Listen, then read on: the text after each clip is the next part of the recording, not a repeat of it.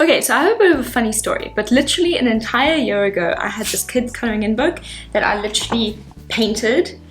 I took all the footage, I edited it into a video, I made a whole YouTube video with it, and I just never did anything with this video. And I was going through my archives this week, and I came across this fully made YouTube video that I made and filmed and edited and created an entire year ago, and it's literally just been sitting in my archives. So I was watching this thing and I decided, hey, let me just post as a YouTube video today. This is all old footage. I have not touched it. I have not edited it. I have not done anything. I'm literally just gonna play it after this, and yeah, enjoy.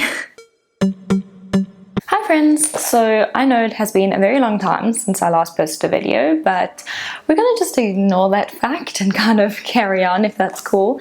I am now on TikTok and it's actually doing really well, so if you like natural paint videos and art tips and tricks videos and just cool process videos of all the art I create, follow me on TikTok, which is linked in the description, and here it is. So let's just jump straight into today's video. I was at the shops yesterday and I was in the art section, of course, as usual, and they had a bunch of kids coloring in books, and I was like, this is quite cool. Imagine if I took a kids coloring in book and painted it or colored it in as if I would a normal painting that I would do. This book's kind of cool. It comes with stickers, which is obviously an added bonus, but I really like the line work that they used in this coloring in book. Like, it's quite a sketchy sort of style, and I really liked their use of line, and I was like, that would actually be really cool to paint. So today's video, we are painting a children's coloring in book with a bit of an artist twist, if you could say. So yeah, let's jump right in, and like this video if you like it. So yeah, let's go. So when I first went to the shops and I saw that this was a Cars themed colouring in book, I was like, totally yes, 100%, I want to get it, because I love the Cars movies so much. I used to watch them so often when I was a kid, and I really enjoyed it. I love the characters, I love the comedy, I love the way it was done and the colours they used. Like, everything about it was just, it's such a feel-good movie or set of movies. And yeah, so I was like, totally, let's do this. Throughout the course of this sort of book, I want to be playing around with not so much using the color black. Obviously for the tires and stuff I'll use black, but for creating shadows and that sort of stuff I want to work with using complementary colors. And then I'm bringing in highlights with my white Posca pen. So that is kind of the flow of how I'm going to be doing everything, and I'm going to be using my Winsor and Newton Cotman palette. I love these watercolor paints very much. Second thing, if you guys see me using my phone, it's because I am recording TikToks at the same time. It's a bit difficult because obviously YouTube you film in a landscape format and TikTok is a portrait format, so yeah. Oh, this by the way is a really nice technique if you want to do sky. You put your color down flat and then you just dab it while it's still wet with a tissue paper or a sponge or whatever you're using, and that just helps give a bit of texture and bring to life your sky a little bit more.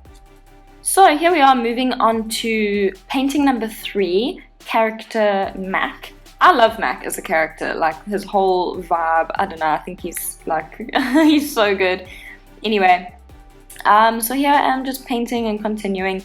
I'm not actually using a reference image for any of these pictures, which is also quite nice. I really enjoyed that sort of freedom of being able to choose exactly what I wanted to do and where I wanted to do it. Here I am doing my little sky trick again, by the way, with the dabs. Anyway, so as I was saying, yeah, I'm not using a reference, so I can kind of pick and choose where I want the shadows to fall and that sort of stuff. Obviously I am sort of guided by the black shadow underneath Mac, which gives an indication of where the shadows are coming from and going to. But yeah, I kind of just had lots of fun playing around and figuring it out for each page as I go along. And here I am filming TikToks again. As I said earlier, you know, it can be quite a struggle sometimes because obviously YouTube is in a landscape format, so I usually do all that filming on my DSLR camera, and then all of my TikTok videos I film off of my cell phone because I can film those directly in a 16:9 format, which is a portrait format. But you know, obviously it's quite funny because as a viewer, you don't really see all the behind the scenes that happens. Like, I've got my camera and then my phone on a tripod and microphones, I've got lighting equipment, I've got all sorts of stuff sort of set up, but none of this comes through in like the videos that you watched in the finished product. So this kind of gives you a little bit of a snippet into what it's like behind the scenes. It's really difficult sometimes as an artist, you know, you're trying to film and draw at the same time, and it's actually so difficult to do both of those at once. Yeah, it takes a lot of concentration power, I'm not gonna lie. It's always funny, you know, as an artist, especially when you're recording, you know, you make such funny decisions on how to prop up your camera or position it to get the perfect angle to film from. For example, I have once balanced my tripod with my DSLR camera on it at a 45-degree angle. I stuck the one leg of the tripod in my window and the other ones were like down on the floor, and then I put a box on top of the tripod so it weighted it down and it wouldn't fall over. That was just so I could get the correct angle. You know, it's so interesting to see how innovative creators, content creators, YouTubers, artists, all of those sort of people that create videos, how clever they can get with some of their filming ideas and how they can get like the perfect angle. Obviously, as an artist, another thing to take into consideration, especially with this artwork, for example, is because it is watercolor, there's a lot of water on my brush, a lot of water on the page, and if I have an overhead light, it creates a glare, and sometimes you can't see what you're painting on screen. You can see in the bottom left corner here, that's just a small example of what it could be. So yeah, I've got to take this into consideration with both TikTok and YouTube.